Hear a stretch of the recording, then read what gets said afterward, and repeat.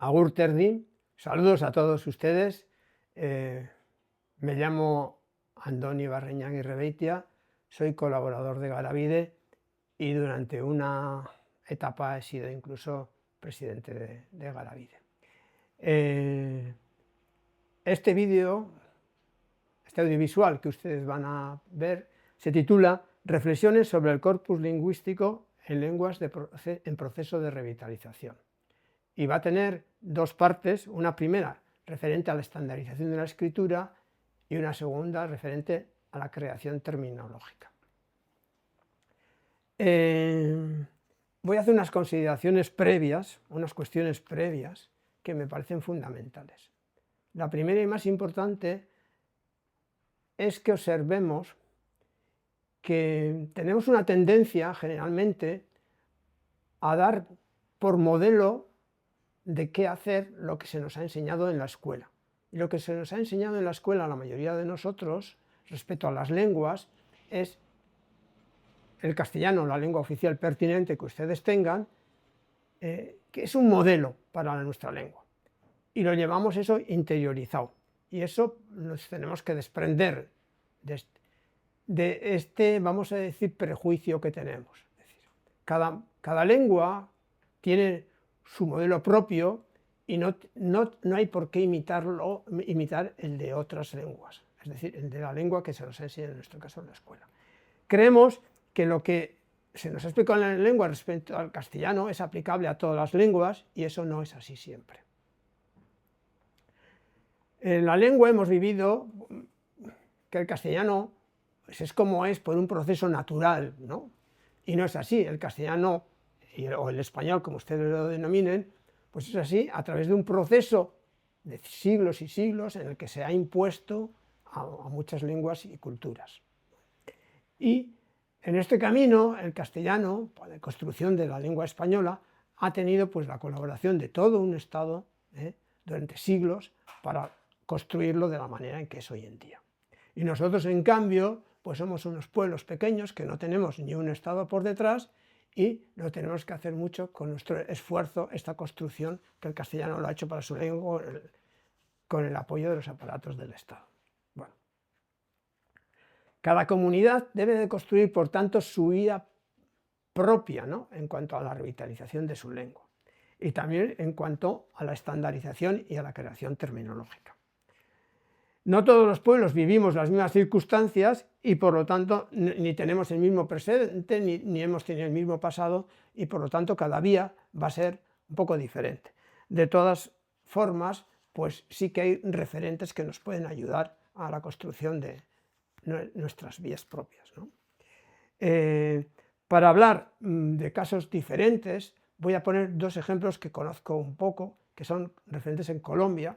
Por ejemplo, en el norte de Colombia, en el norte del Cauca de Colombia, pues las lenguas están bastante en proceso, vamos a decir, de pérdida lingüística notable, ¿no? Porque muchos de los padres ya no hablan la lengua y no son capaces de transmitirla a los hijos, ¿no? Entonces ahí pues, tendrán que crear una especie de, vamos a decir, tendrán que crear una vía propia.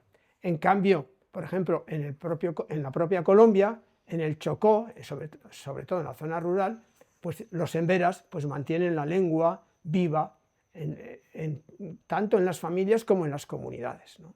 Es decir, que pues las escuelas no van a tener que transmitir la lengua a un nivel de enseñanza de ella, porque los niños ya la conocen, pero sí van a tener que cultivar la lengua. Bueno, también quiero decir otra cuestión previa, es que en todo lo que voy a referirme sobre la estandarización y la creación terminológica, la oralidad es la base de la lengua. La forma escrita siempre tiene que ser un apoyo a la oralidad, no puede sustituir nunca a la oralidad. Voy a iniciar con la primera parte, con la estandarización de la escritura. Voy a hablar desde mi experiencia, que ha sido modelada principalmente por el proceso de estandarización de la lengua vasca.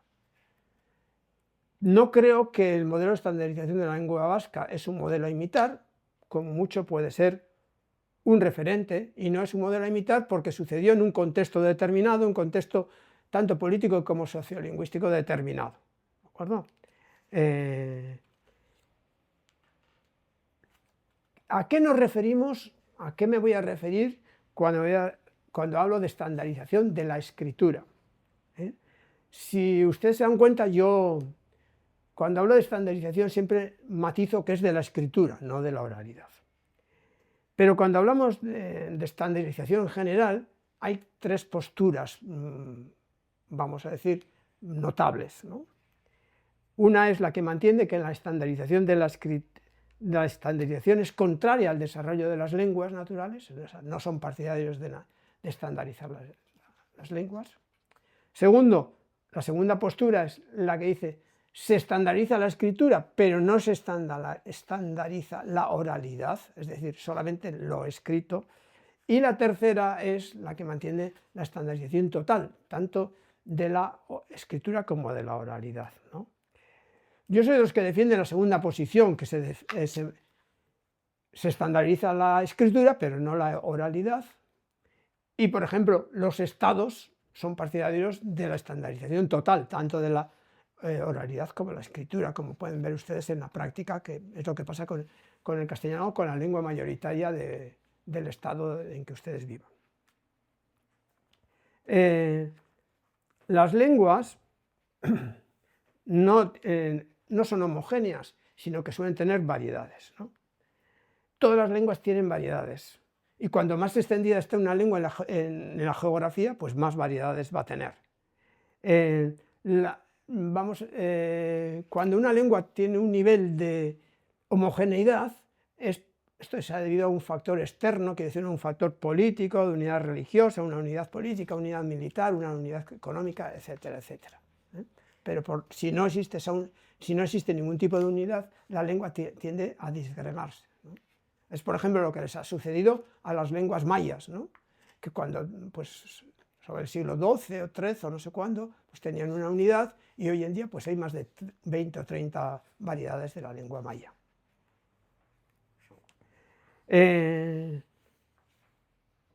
Como he dicho antes, la oralidad es la base de la lengua y las variantes enriquecen a la lengua. Pero la estandarización de la escritura es necesaria si queremos llevar nuestra lengua a la administración. Es decir, si queremos llevar nuestra lengua a la justicia, a la administración en general, a la escuela, a los medios de comunicación, necesitamos una forma estandarizada de la escritura. La estandarización de la escritura no compite con las variedades orales, o no debiera de competir.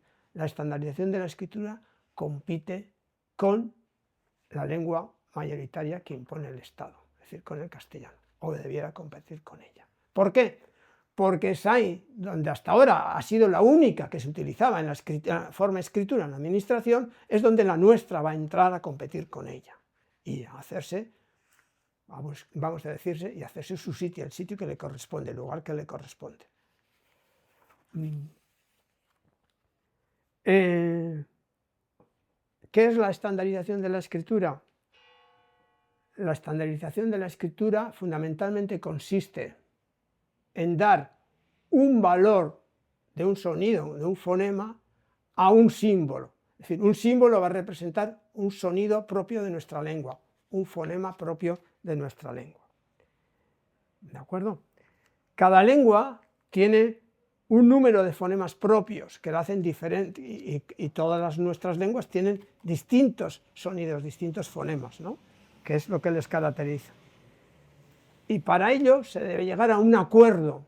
Alguien, una institución, un pueblo, una comunidad, debe hacer una propuesta que debe ser admitida por la comunidad de cómo valorar esos símbolos, esas letras que tenemos, qué sonidos representan en nuestras lenguas. Voy a mostrarles en las siguientes diapositivas algunos ejemplos, para que ustedes lo veamos en forma de ejemplo. La primera diapositiva que van a ver ustedes, que se llama estandarización de la escritura, ¿a qué nos referimos cuando hablamos de estandarización? Se ve ahí dos modelos, dos alfabetos, dos sistemas ortográficos de Colombia. Uno es de la lengua empera topida, pedea, bucata, donde ven ustedes que hay un número de vocales bastante elevado, que son, creo que son 11 o algo así, y un número de consonantes, que ellos han decidido que se representan con esas grafías, ¿de acuerdo? Abajo tienen el modelo del Nasayuwe, otra de las lenguas de Colombia, que ellos llaman Hungetuashtuseñi, ¿de acuerdo? Y ahí ven que hay muchísimas más vocales, hay 32 vocales y hay como 37 consonantes, ¿no? Que ellos las representan de esa forma. Han construido sus propios sistemas alfabéticos, ¿no? En la siguiente diapositiva se ven los ejemplos mayas, es decir, en Guatemala las lenguas mayas, a través de la Academia de las Lenguas Mayas, hicieron una propuesta de qué letras iban a utilizar para representar qué tipo de sonidos, ¿no? Y son los que utilizan las veintitantas lenguas mayas que se usan en Colombia, en Guatemala. En la siguiente diapositiva que están viendo, también se ven tres ejemplos ya más concretos de tres lenguas mayas. Una es el cachiquel, que es de Guatemala, el quechí, que es también de Guatemala, y el mayatán, que es de México, ¿de acuerdo? Y ven ustedes, también incluso el mayatán, aunque sea de México, sigue un sistema muy similar al de las lenguas mayas de Guatemala. Y en esta última diapositiva van a ver una lengua africana. Esta es una propuesta que no sé si ha sido aceptada por la comunidad, pero hay una propuesta sobre cómo escribir el bubi de Guinea. ¿De acuerdo? Bueno. A continuación voy a hacer unas observaciones que me parece que son muy importantes a la hora de construir el alfabeto propio, los ejemplos que hemos visto hasta ahora, ¿no? La primera es una cuestión que provoca muchas confusiones, ¿no? Y es, el castellano se escribe como se pronuncia. Eso lo hemos escuchado en la escuela, yo por lo menos cuando era joven lo escuché cientos de veces, ¿no? Esto es falso. Ninguna lengua, ni el castellano, ni el portugués, ni el inglés, ni el francés, ni el alemán, ni el nasayúe, ni el euskera, ni el maya, se van a escribir como se pronuncian. ¿Por qué? Porque la representación gráfica es eso, una representación gráfica, un acuerdo de cómo vamos a transcribir en una forma escrita los sonidos que salen por nuestras bocas generalmente, ¿no? Entonces, es un acuerdo, es una representación y es un acuerdo, sin más. Porque a una serie de símbolos se le dan una serie de valores, ¿no? Vamos a ver un ejemplo de por qué es falso, ¿no? En la siguiente diapositiva van a ver un ejemplo de la falsedad de esto de que el castellano se pronuncia como se escribe como se pronuncia. ¿Por qué? Porque en castellano, por ejemplo, las palabras, como ven en la diapositiva, bazo y vaca, la primera se escribe con una B alta, la siguiente con una V baja, voy a decirlo así, y el sonido de la B es idéntico y se representa unas veces con B y otras veces con V. O para representar el sonido K, pues a veces se usa la C, otras veces se usa la K con U y otras veces la K, ¿no? O porque la letra G, la voy a decir así, G, unas veces representa gallo y otras veces género. Por cierto, género, me falta el acento. Bueno, el alfabeto latino y el valor de las letras. Por lo tanto, en distintas lenguas,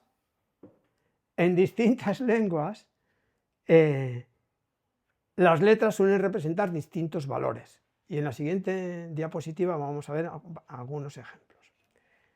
Por ejemplo, en español, ven, se ha escrito gato, guerra y gente, ¿de acuerdo? Es decir, se observan gato con una G, guerra con una GU y gente con una G que se pronuncia G. En francés, ven gagner, general, Jean. Claro, en francés la primera palabra tiene dos Gs. La primera suena como ga, pero la siguiente suena ñer, porque la G y la N es una ñe en francés.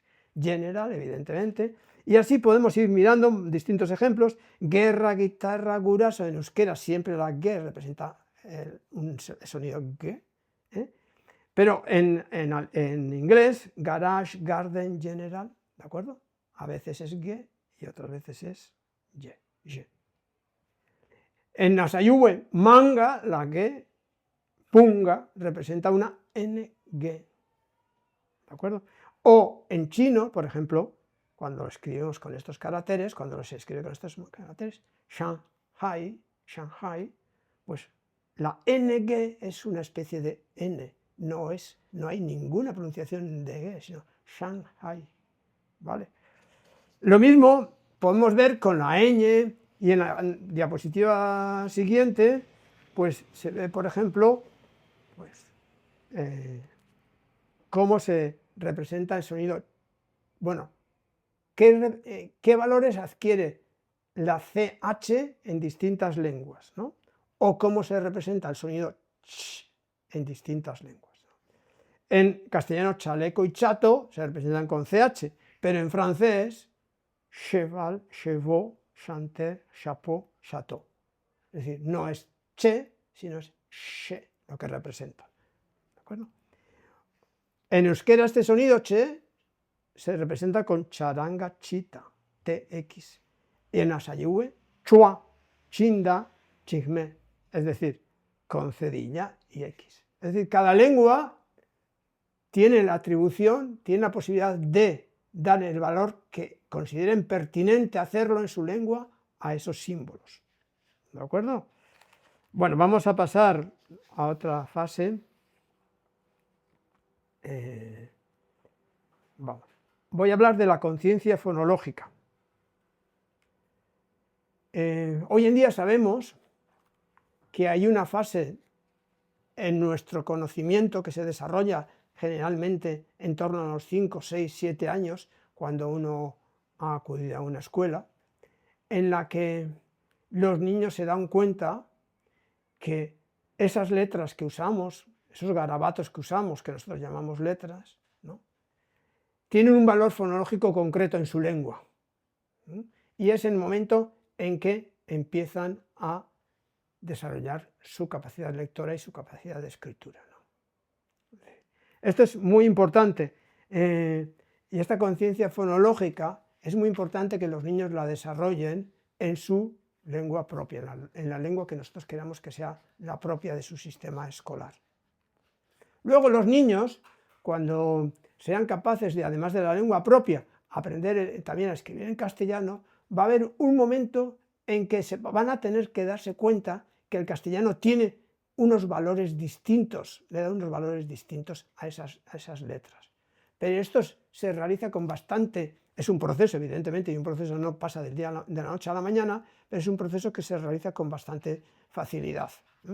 Y es el proceso que tenemos que hacer muchos hablantes que nos hemos alfabetizado en nuestra lengua propia de adultos. ¿Por qué? Porque en un principio tratamos de escribirlo basándonos en los valores que da el castellano a esos sonidos, en las letras que da el castellano a esos sonidos, pero cuando nos alfabetizamos vamos a tener que aprender que nuestra lengua propia pues le da muchas veces unos valores distintos, unas letras distintas. Bueno, hay otra cuestión que también me parece muy importante para esta cuestión de la estandarización, y que es la escritura y la lectura. Es decir, no en todas las lenguas se produce que se puedan leer palabras escritas de formas diferentes, ¿de acuerdo? Y les voy a dar un ejemplo. Y eso seguramente que también va a suceder en sus lenguas cuando se estandaricen. Entonces, en la siguiente diapositiva ustedes ven unos ejemplos relativos a la escritura y a la lectura, donde se muestra que en las lenguas no todos sus hablantes leen las mismas palabras que ven escritas del mismo modo. He puesto 3 ejemplos que yo los llamo lluvia, cazar y chatarra, así los digo yo espontáneamente cuando los veo, pero como ustedes saben, no todos las pronuncian igual cuando las leen ni cuando las usan, ¿no? Lluvia, hay mucha gente que dice lluvia y otros que dicen lluvia, Yo diría que somos una minoría en el español los que decimos lluvia. Lo mismo me pasa, somos una minoría los que decimos cazar, porque la gran mayoría que habla español va a decir casar.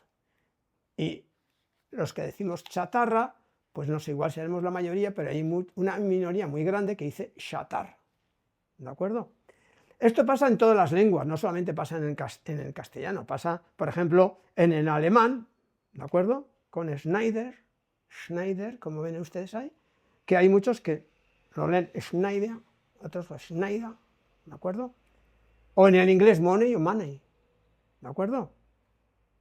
Entonces, podría dar más ejemplos, pero esto pasa en todas las lenguas. Tenemos que tener muy presente esto, que cuando estandarizamos la lengua, aunque hayamos decidido darle un valor concreto, en las variedades puede tener una realización distinta. Esto es posible y no pasa absolutamente nada, es normal. Bueno, hay otra cosa muy importante para terminar con esta parte referida a la estandarización, que tiene que ver, es un poco el puente entre la estandarización, el proceso de estandarización y la creación terminológica que vamos a ver a continuación. Y ven ustedes ahí una diapositiva que se titula Variedad léxica en las variedades. Variedad léxica en las variedades.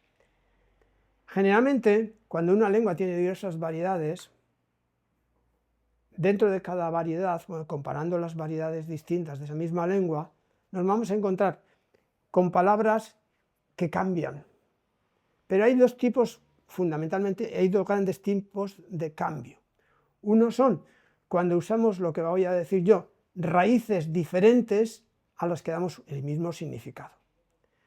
He puesto dos ejemplos. Uno está en euskera y otro está en mayatán, la lengua maya de México.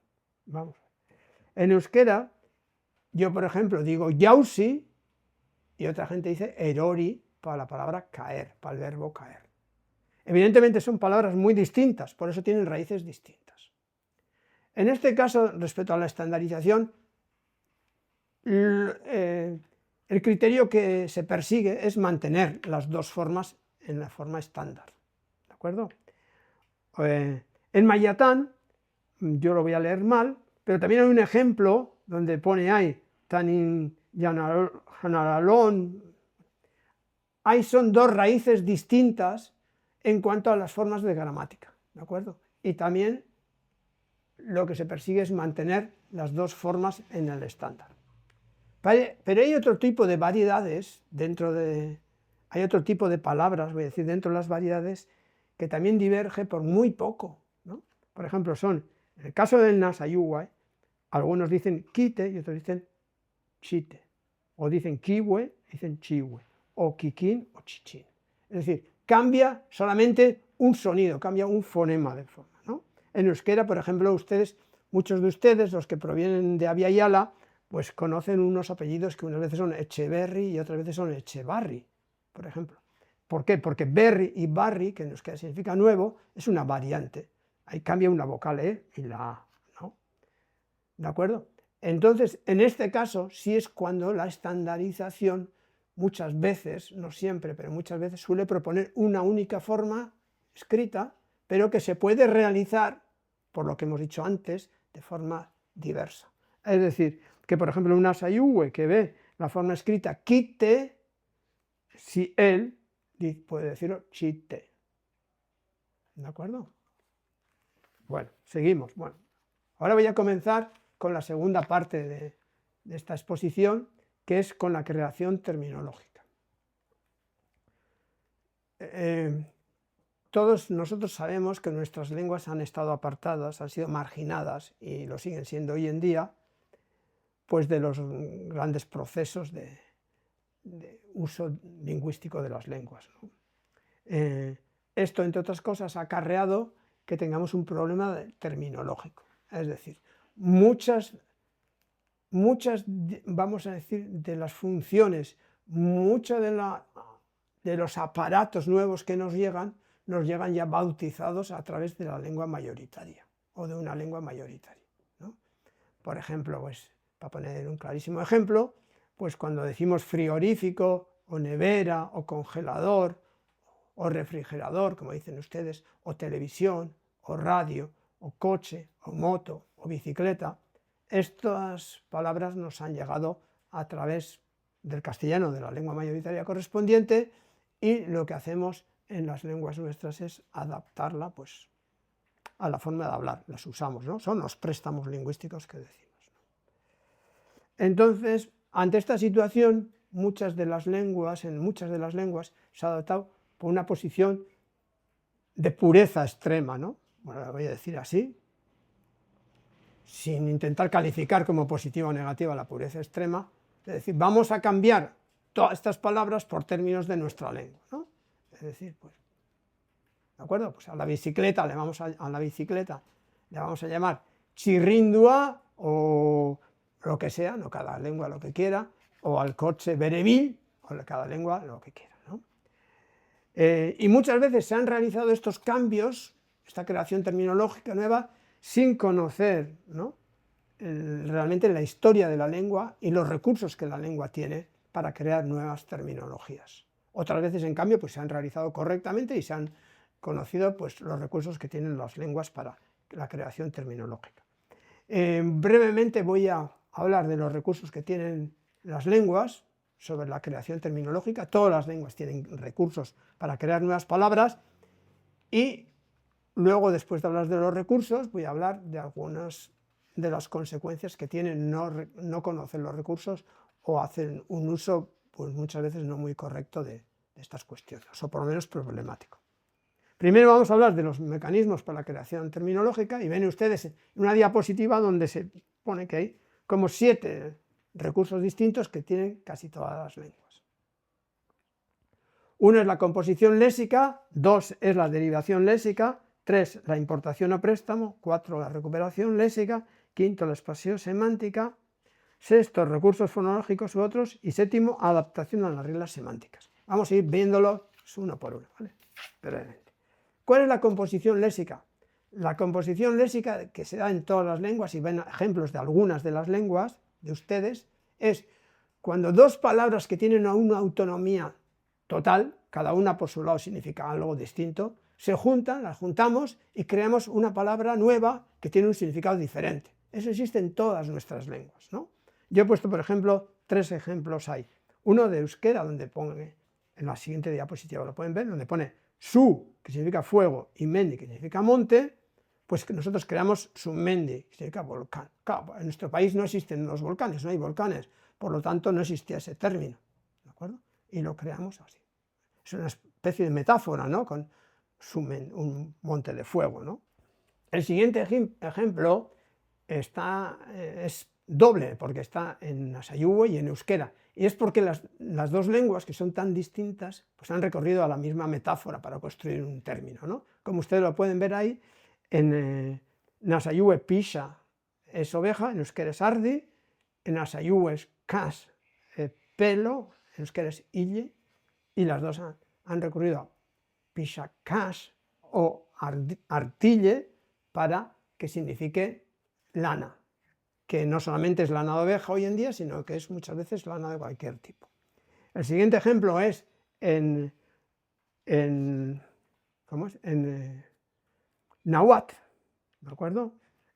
Donde usan, no sé náhuatl muy bien, me puedo equivocar a la hora de leer, tachik, que significa afilar, ¿de acuerdo?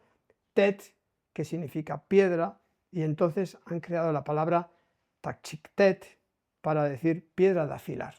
Que también en euskera hay un ejemplo igual, zorrostu y arri, se construye zorrostar, ¿de acuerdo?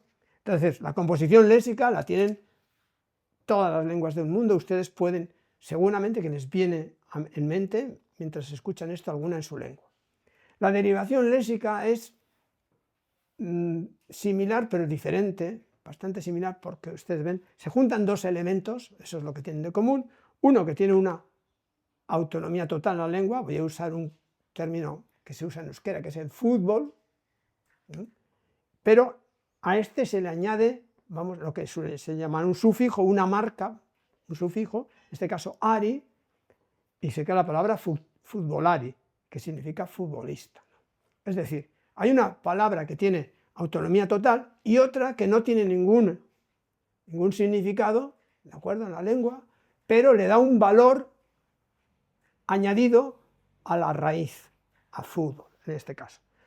Esto suele ser típico para cuando ustedes crean la palabra enseñante, profesor, maestro, como lo digan ustedes en sus lenguas, ¿no?, que generalmente recurren a una raíz, como ven en el siguiente ejemplo, ¿no? Aquí es un ejemplo, tanto en Nasayugue como en euskera, con el término enseñar, capillag, y en euskera irakats, se le añade en Nasayugue el sufijo nas, en euskera le, y se crea el término profesor, ¿de acuerdo? También esto suele ser un recurso muy habitual en las lenguas del mundo. Por lo tanto, estos mecanismos existen en la lengua. Lo que hay que saber es cuántos sufijos tenemos en la lengua y para qué sirven esos sufijos. Es decir, cuándo se le añade ari en euskera, cuándo se le añade le, o cuándo se le añade nas en nasayugue, ¿de acuerdo? Pero este recurso existe en las lenguas del mundo. El tercer recurso es el préstamo. Pero claro, el préstamo, como ven en la siguiente diapositiva, no es coger la palabra tal y como nos llega, sino coger el término que nos llega y adaptarlo a vamos a decir, a los rasgos fonológicos de nuestra lengua, ¿de acuerdo? Yo he puesto también 3 ejemplos, 2 son del euskera y uno es del nasayugue, y la palabra rinoceronte, pues en euskera se dice rhinocero. ¿Por qué? Porque nosotros no tenemos rinocerontes, aquí no hay ni rinocerontes, ni elefantes, ni leones, ni panteras, ni tigres. Entonces, en nuestra lengua no tenemos esos términos. Muchas veces, pues porque hace casi 2000 años, cuando cogimos el segundo préstamo, que en latín era en castelu, resulta que en euskera dio gaztelu, ¿de acuerdo? Lo transformamos a los rasgos fonológicos de nuestra lengua, ¿de acuerdo? O en nasayugue, lo que ellos dicen escuela, pues como ven ustedes, ha perdido la vocal inicial, ¿no? Escuela, lo han adaptado a su lengua y luego lo han escrito pues como ellos lo han visto pertinente.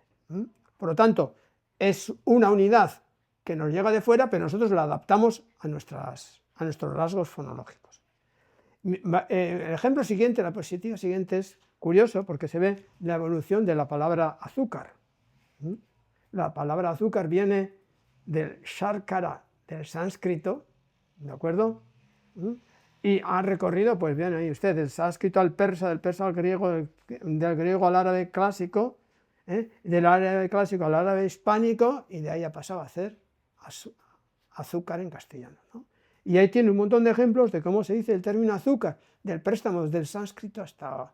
¿no? Porque claro, cuando nos llega un producto nuevo, cuando a nosotros nos llegó la palabra, nos llegó el tomate que ustedes producían ahí después de la colonización de España, pues evidentemente nosotros no teníamos ni tomate, ni patata, ni maíz, y entonces buscamos cómo llamarlos, ¿no? En nuestro caso, por ejemplo, es muy curioso, al tomate le llamamos tomate, a la patata le llamamos patata, aunque ustedes llaman papa, pues no sé por qué le llamamos patata.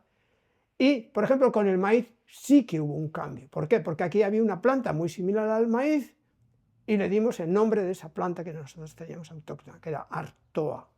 Entonces al maíz le llamamos artoa, ¿no? Pero este es el... Todas las lenguas del mundo hay préstamos, en todas las lenguas del mundo hay muchísimos préstamos. Algunos son evidentes y otros están más ocultos, ¿no? Porque cuando yo muchas veces explico a un vasco que gaztelu es un término préstamo del castellano castelum, se quedan como muy sorprendidos, ¿no? Vale. La recuperación léxica, en la siguiente diapositiva. ¿Qué es recuperación léxica? Es recuperar un término que se había perdido en la lengua o en la mayoría de los hablantes. ¿Cómo? Porque resulta que hemos encontrado un documento escrito en el que vemos que se utilizaba así, o porque existe en una variedad extrema de nuestro pueblo, ¿de acuerdo? Una variedad pequeña de nuestro pueblo. Entonces, la recuperamos. Es decir, en este caso he puesto un ejemplo del euskera porque no sé de otras lenguas, unchi, que hoy en día pues hemos recuperado, ¿no? Era de una variedad muy pequeñita de la lengua vasca, que tenía pocos hablantes. La expansión semántica también es otro de los recursos, como ven en la siguiente, también se usa en la mayoría de las lenguas, que es darle un valor nuevo a la palabra, es decir, esto es muy general, ¿no? Erro, que significa en mi lengua raíz, ¿no? Y entonces, raíz generalmente es de las plantas, ¿de acuerdo? Entonces, le vamos a dar un valor nuevo cuando decimos, por ejemplo, para la operación matemática, que es raíz cuadrada, raíz cúbica, etc. O muy típico suele ser hoja, papel, folio, pues usar el término hoja referente a las plantas que tienen hojas, ¿no? ¿De acuerdo? Y usar ese término para que signifique papel, más que papeles, pues, hojas de papel, ¿no? Bueno.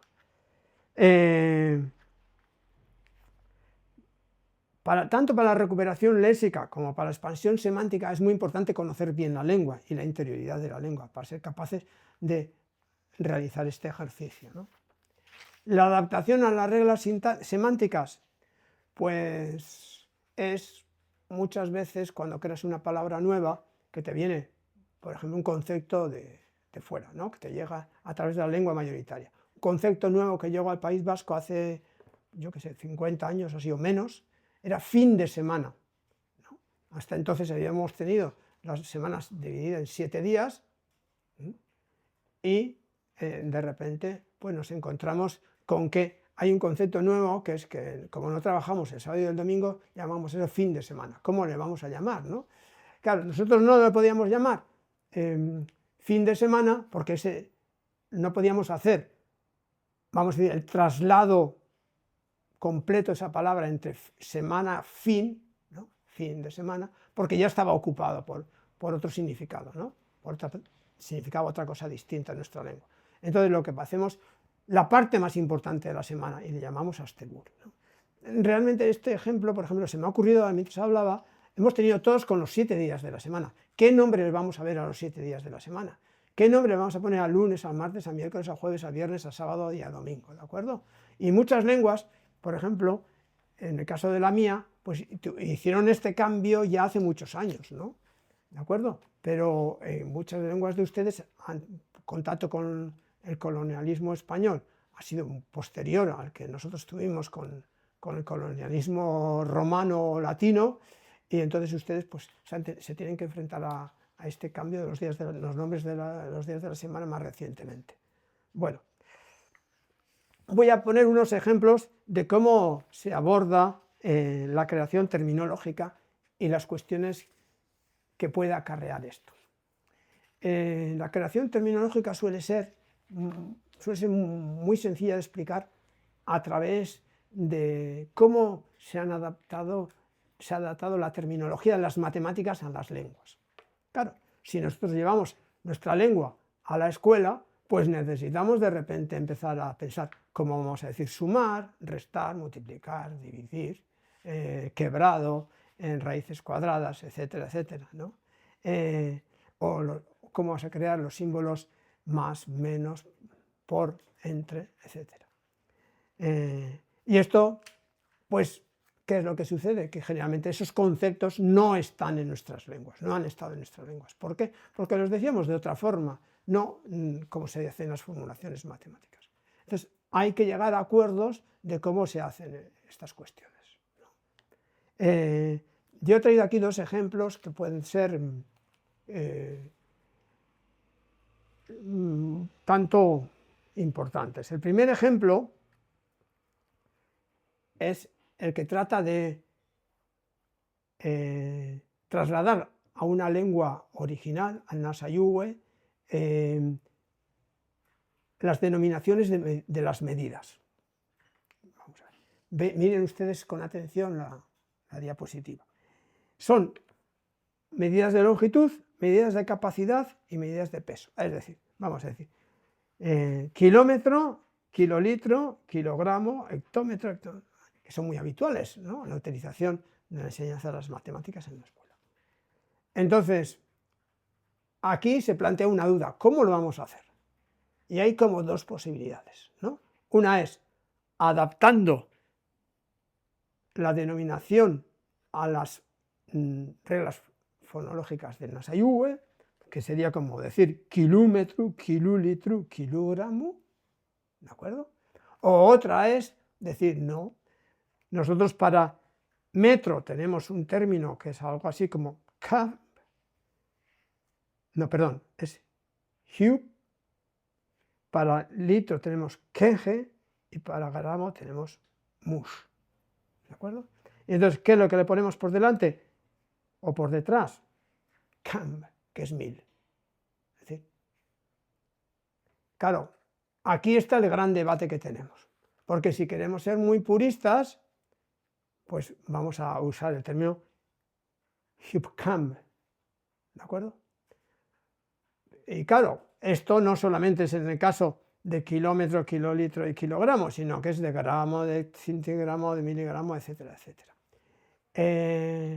¿Y cuál es la cuestión? La cuestión es que los niños en la escuela van a tener que aprender los dos términos, la terminología en castellano o la terminología en la lengua mayoritaria y la terminología en la lengua específica, ¿no?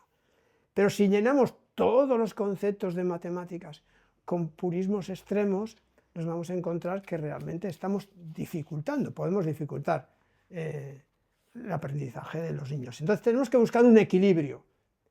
Tenemos que buscar un equilibrio. ¿Por qué? Porque la escuela es un elemento que tiene que favorecer la educación del 100% de los niños, no solamente de un sector minoritario, del 100% de los niños. Entonces hay que buscar un equilibrio de qué es lo que hacemos, ¿no? Y entonces aquí lo que se suele proponer generalmente es que los términos ordinarios en la vida sí puedan ser reemplazados, si se cree conveniente, por términos de raíces de la propia lengua. Pero los términos que son más bien científicos y técnicos, pues que, a no ser de que la lengua los tenga, porque los ha tenido siempre y porque es evidente que los tiene, pues que se tienda más que nada a utilizar términos adaptados fonológicamente a nuestra lengua. Voy a poner un ejemplo añadido que no aparece en la diapositiva, pero es el ejemplo que sucede con electricidad, ¿no?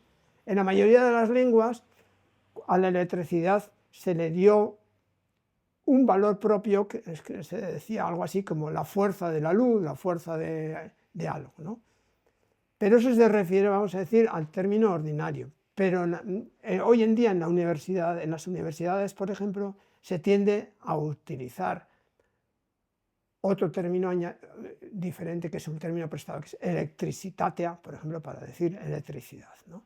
Es decir, una cosa es, se ha ido la luz, se ha ido la fuerza de la luz, se ha ido el fluido, lo que sea, como ustedes lo llamen, y otra cosa es electricidad.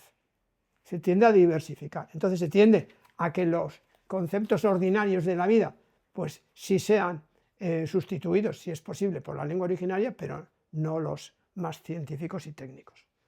En la última diapositiva que les muestro, también les enseño, la anteúltima, por favor, perdón, pues cómo con un poco de investigación se puede comprender que muchos conceptos matemáticos básicos están incorporados en nuestras lenguas, ¿no?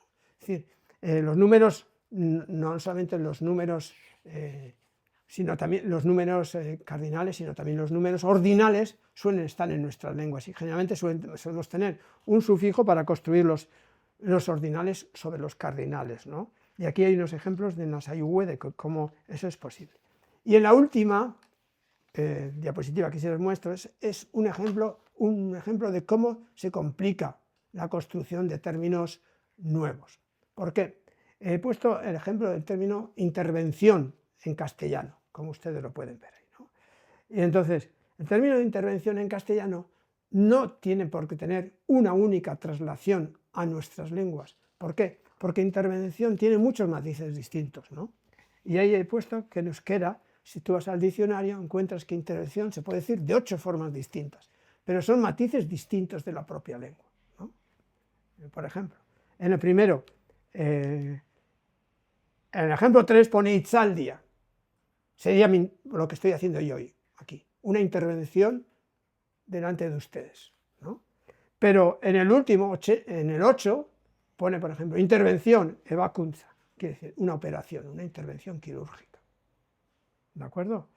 O en el 6 pone kontu hartzailetza, que es una intervención que se hace para conocer la situación económica de una empresa o de lo que sea. Es decir, que tenemos que tener en cuenta que muchas veces un mismo término se usa para distintos valores y que esto, cuando hagamos las adaptaciones a nuestra lengua, pues lo tenemos que tener en cuenta. Bueno, con esto termino mi intervención y bueno, pues cada pueblo tiene que construir su senda, hay mucho trabajo para realizarlo y ánimo porque poco a poco todo se puede hacer. Cha, cha, cha, cha.